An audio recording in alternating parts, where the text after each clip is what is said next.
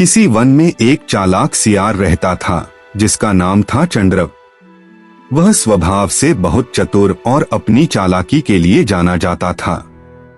एक दिन वह भोजन की तलाश में जंगल से बाहर निकलकर भटकते भटकते एक गांव में जा पहुंचा।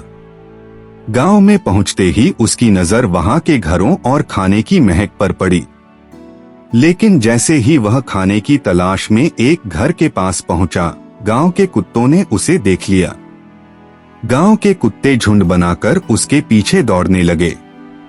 सियार ने अपनी जान बचाने के लिए वहां से भागने की कोशिश की, लेकिन कुत्तों ने उसका पीछा नहीं छोड़ा। वे जोर जोर से भौंक रहे थे और उसे चारों तरफ से घेरने की कोशिश कर रहे थे। चंद्रव को अपनी जान बचाना मुश्किल लगने लगा। भागते भागते वह एक धोबी के घर के पास पहुंचा।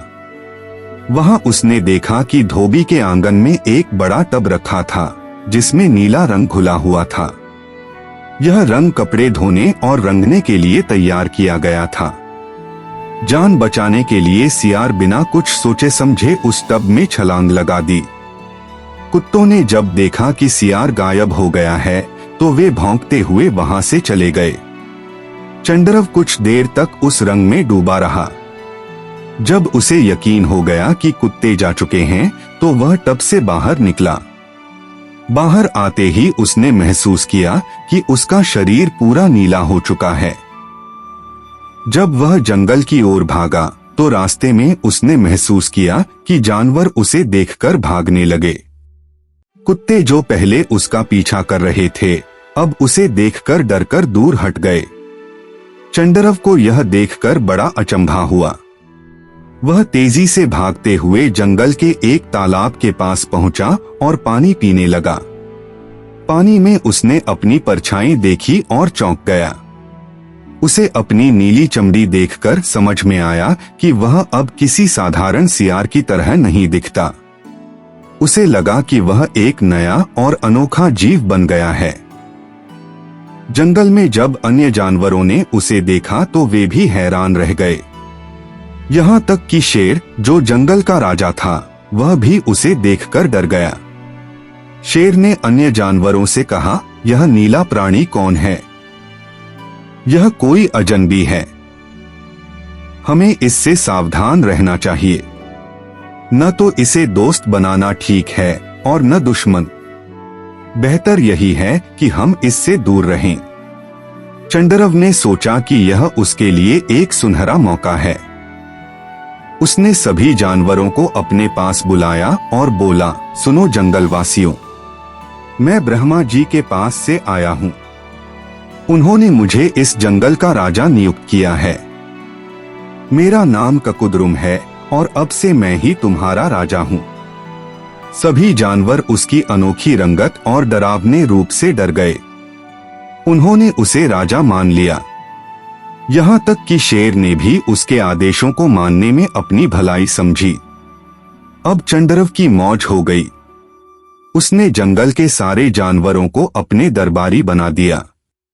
शेर, बाघ, चीता, भेड़िया सभी ने उसके आदेश मानने शुरू कर दिए। वह अपने लिए शिकार करने का आदेश देता और जब शिकार आता तो सबसे अच्छा हिस्सा वह खुद खाता।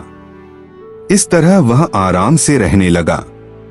लेकिन चंद्रव के मन में हमेशा डर बना रहता। उसे लगता कि यदि जंगल के सियारों ने उसका भेद खोल दिया तो उसकी जान खतरे में पड़ जाएगी। इसलिए उसने जंगल के सभी सियारों को भगा दिया। सियारों को जब जंगल से निकाला गया तो वे बहुत दुखी हुए। एक बूढ़ा सियार बोला, यह जो राजा बना है असल में सियार ही है। हमें इसे पहचानने का कोई तरीका ढूंढना होगा।